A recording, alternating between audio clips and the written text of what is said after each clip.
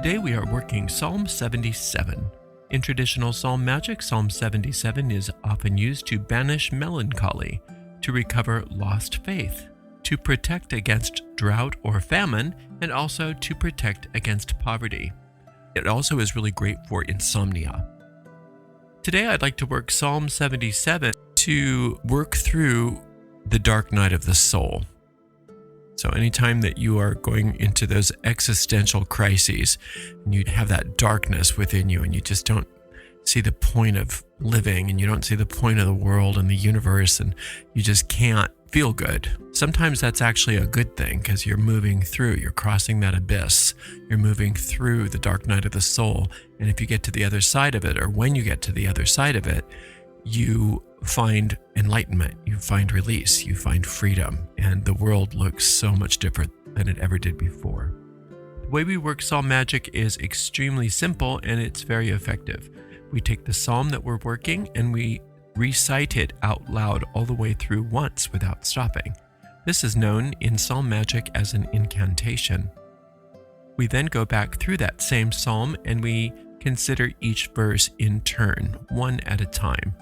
We search for hidden occult meanings that lie within each of those verses. And it doesn't matter if we think that we do a good job at that or not. It's just the trying of it. And if you think of it similar to maybe a tarot reading where you're just being guided and you're being intuitive, just the act of doing that will uncover magic seeds. Those magic seeds are then planted in the depths of your deep mind where they take root, they grow, they blossom forth, and they bear fruit after their kind. And that's exactly what we are going to do together right now, you and I, with Psalm 77.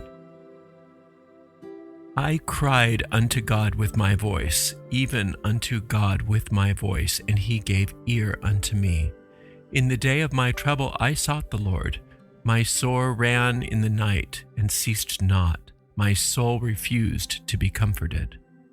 I remembered God and was troubled. I complained, and my spirit was overwhelmed. Selah. Thou holdest mine eyes waking. I am so troubled that I cannot speak. I have considered the days of old, the years of ancient times.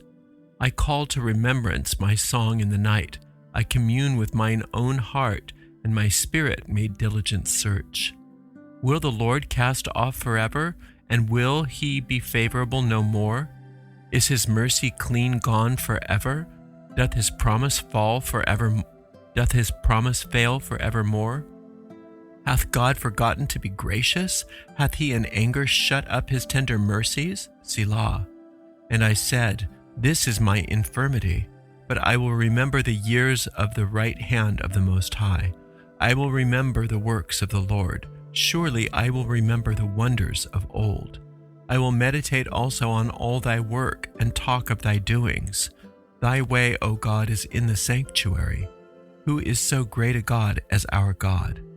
Thou art the God that doest wonders.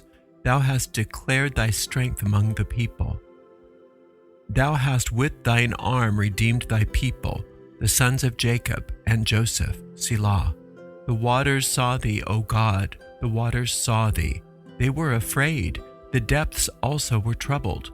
The clouds poured out water, the skies sent out a sound, thine arrows also went abroad.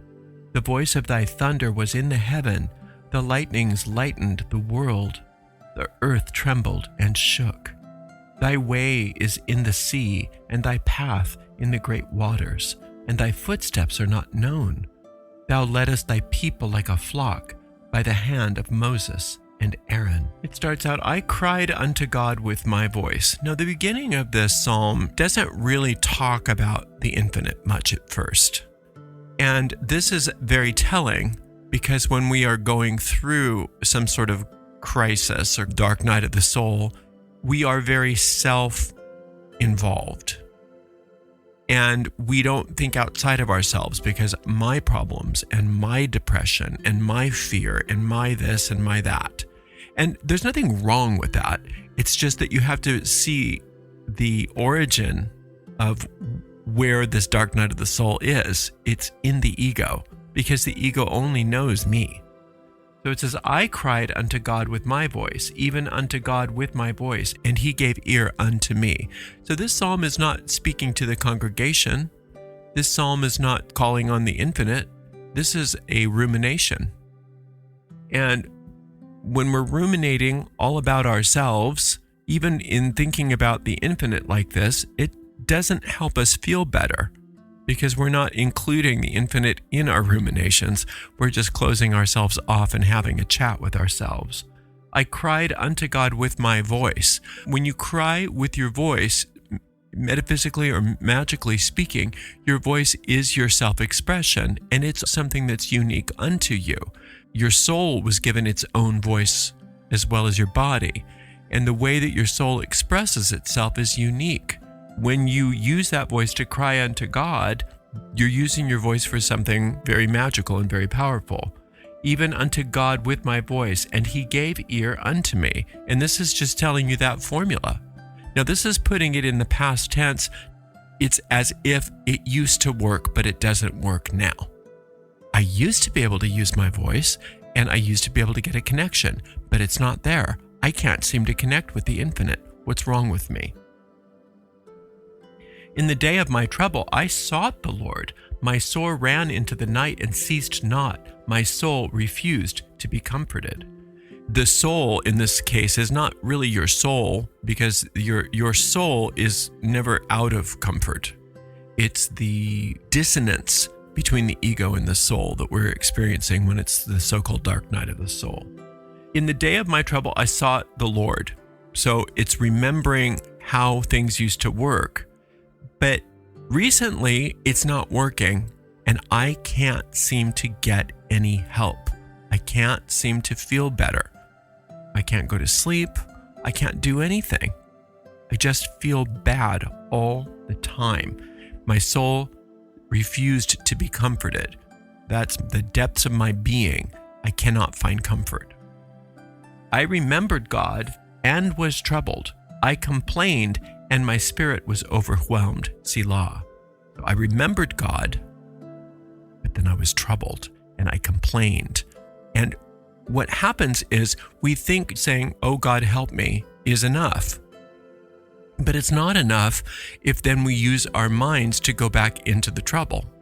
It's just like that person who does a spell to fix their financial problem, and then they go out and they start acting and thinking in ways that belay the idea that nothing's going to work for them financially, and they undo all the good that they just did. The same thing goes with anything. So when you're calling out to infinite intelligence for help, and then you say, yeah, but, and then you go back and you indulge in all of your complaints and your troubles, and you don't see a way out, and then you start doing what? Blaming it on God. If God really was there, God would have answered my prayer. But God can't force you to stop thinking about things in that way. God can't force you to stop being obsessed over whatever it is that the problem happens to be. So God has to sit waiting patiently for you to accept the help that's there for you. Thou holdest mine eyes waking. I'm so troubled that I cannot speak. God's responsible for my insomnia. It's God's fault. Why are you doing this to me, God? You always make it so that I can't sleep. I'm so worried, and I'm so upset I can't speak, and it's your fault. I have considered the days of old, the years of ancient times. This is a turning point in the psalm, because instead of thinking about our troubles, instead of thinking about how bad it is, instead of thinking about the fact that I can't go to sleep, I'm going to start thinking in terms of, when did things work for me? When did this stuff work? When was I saved from a problem? When did something work out for me? Some examples of times when I had success and I was able to get what I needed. That's a very smart thing to do in times of trouble, because what you're then doing is you're aligning your mind to that beam where the success happens. And that's a great use of memory. I call to remembrance my song in the night. I commune with mine own heart, and my spirit made diligent search. That's a very smart idea. You want to make that sort of inventory in your mind of who you are and why you're here, what's not working, what is working. Trying to just clear and really order your mind into these are the things that aren't working, these are the things that are working, this is why I'm so upset, and start to allow yourself to order that thinking so that you can start getting the help that you need. It's like when somebody says, I want to do a spell to become debt-free, but they have no idea how much money they owe. There's not much you can do for that. But if you do a diligent search and you make an inventory, I owe this person that, then your magic has a path that it can take to flow. And it can be one debt after the next that are paid. The same thing goes with anything. Now we've got a bunch of questions. Will the Lord cast off forever, and will he be favorable no more? Is his mercy clean gone forever? Doth his promise fail? We have 3 big questions there. It's up to us how we want to answer those. If we believe the answer is yes to those, then we're stuck with what we've got. Will the Lord cast me off? Will infinite intelligence not help? Yeah, the Lord's going to do that, and he's not going to help you. Is his mercy gone forever? So I can't get any solution? I can't get any kind of resolution for this? And do all of the promises, the laws of magic and the laws of the spirit stop working now? Is everything against me now? Hath God forgotten to be gracious? God just forgot? Forgot about me? Lost my file? Hath he in anger shut up his tender mercies? Is he so angry at me that I'm being punished? If you're thinking in terms of yes for those questions, then you're continually going to obsess and dig into the dark night of the soul and dig into the problem and dig into the pain. But if you recognize that those rhetorical questions are obviously no, God's not going to cast me off, never did, never will. God is always favorable to me. God's mercy is always available to me. God's promises, in other words, God's laws, the laws of the Spirit are always there. They've never changed. They never will change. They work the same now as they always have. God is always gracious. God did not lose my file. God is with me right now. And God's never angry with me. God's always there to help me. God's will for me is happiness. Going through those questions and seeing which way you want to answer them. And that's important that you do that you go through those questions and you make up your mind. What is the answer? What is my answer to these questions? Because that's going to determine your success or failure at getting out the other side of this. And I said, this is my infirmity, but I will remember the years of the right hand of the Most High. That's something to hang on to. Yes, I feel bad. Yes, I've got this problem. No, it doesn't seem like anything's working for me. No, it doesn't seem like any solution is in sight, but I'm going to remember. I'm going to remember how much I've succeeded in the past. I'm going to maybe even read stories about other people who've succeeded in the past. I want to fill my mind with the understanding that since this has worked for others and since this has worked for me in the past, my success is assured now, as long as I can get my mind focused correctly. I will remember the works of the Lord. Surely I will remember the wonders of old. Get out a piece of paper and write them down. Work hard at this. When you're going through that dark night of the soul, you need to work hard to remember times when things worked out for you, to remember successes that you've had, that other people have had. Remember to find stories about people who at the 11th hour things turned around for them. If it can happen for them, it can happen for you. I will meditate also of all thy work and talk of thy doings. So that's very different. Now you're committing to being clear on all of the miracles that are available to you in this moment. And you're going to start using your speech to direct your mind to those things rather than merely complaining all about yourself, about me and how bad it is for me and nobody cares about me and God doesn't remember me. All of that stuff. You're going to stop the me stuff and you're going to start to recognize that you are one with infinite intelligence. You're not in an isolated dark space. That's just a trick of your own mind. You're not in darkness, you are in light. And you are light, and you're an extension of light. And that's who you are. And you have to include the infinite in your life if you want help from the infinite. You can't be all about me, because then you're not including the infinite. And so there's no connection. And the infinite has to wait, because you have every right to say me as long as you want to. And you can do that. But it doesn't help the situation at all. You have to say we. I am one with the infinite. I am one with the infinite. And since I'm one with the infinite, I'm one with every soul. And I can tune into every part of the infinite intelligence that I need to in order to get my needs met at any moment of time and point of space. Thy way, O God, is in the sanctuary. Who is so great a God as our God? So the sanctuary is that place in your mind where you and the infinite are one. You can't get there when you're saying me.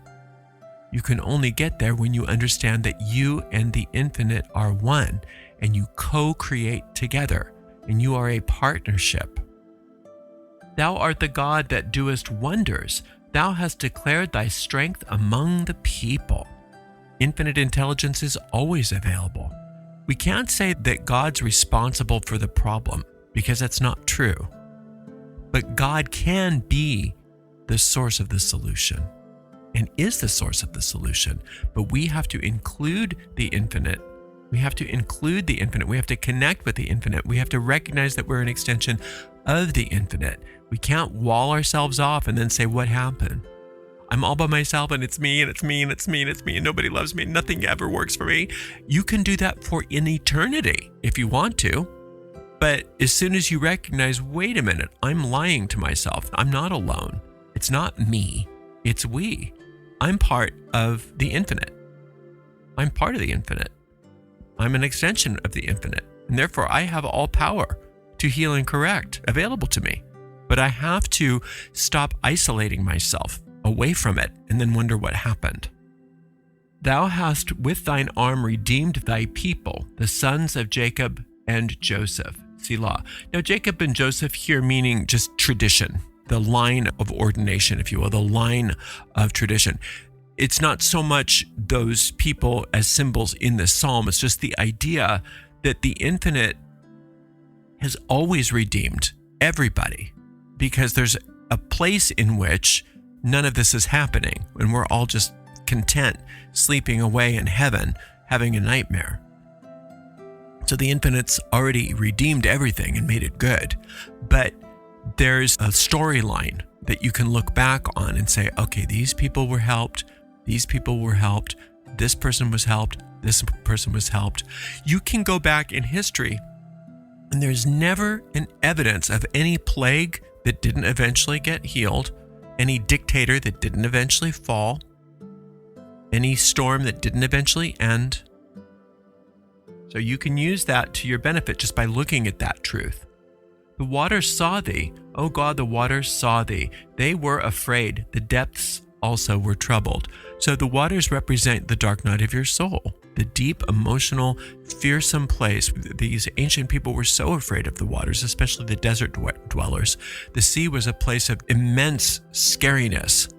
When the waters are afraid of God, that means when I finally recognize that I don't need to isolate myself, I can become, in my mind, one with the truth, which is that I and infinite intelligence are one. Then the dark night of the soul gets scared. My problems get scared. They all tremble away.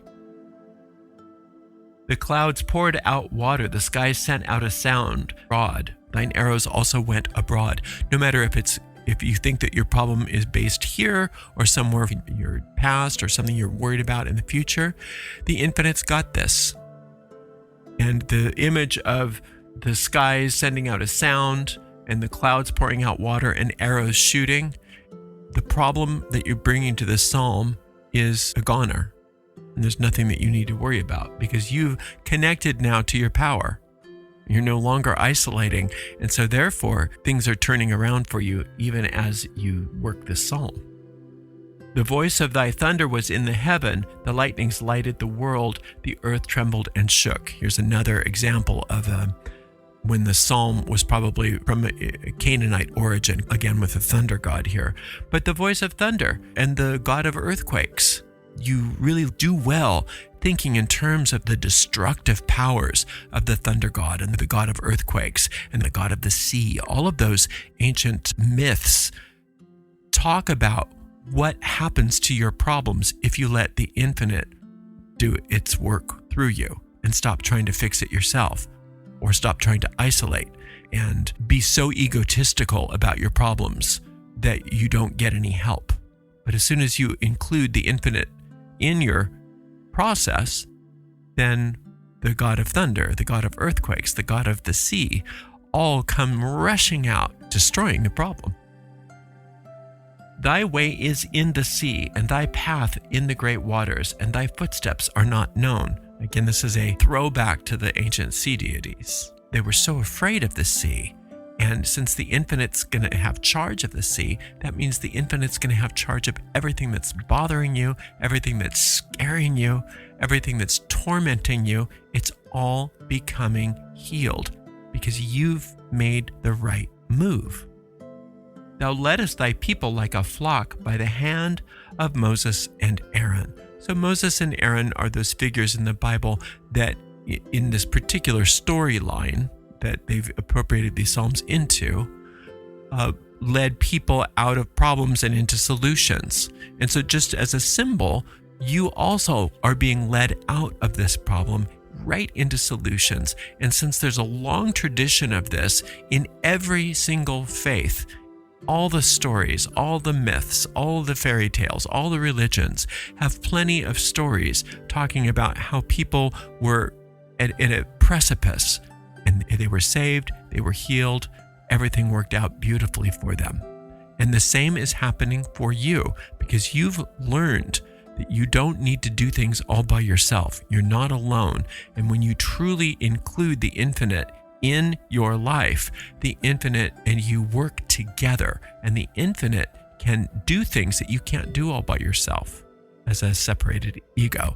And that is represented by the thunder god and the god of the sea and the god of the earth and all of those wonderful images of how everything can just change in a heartbeat.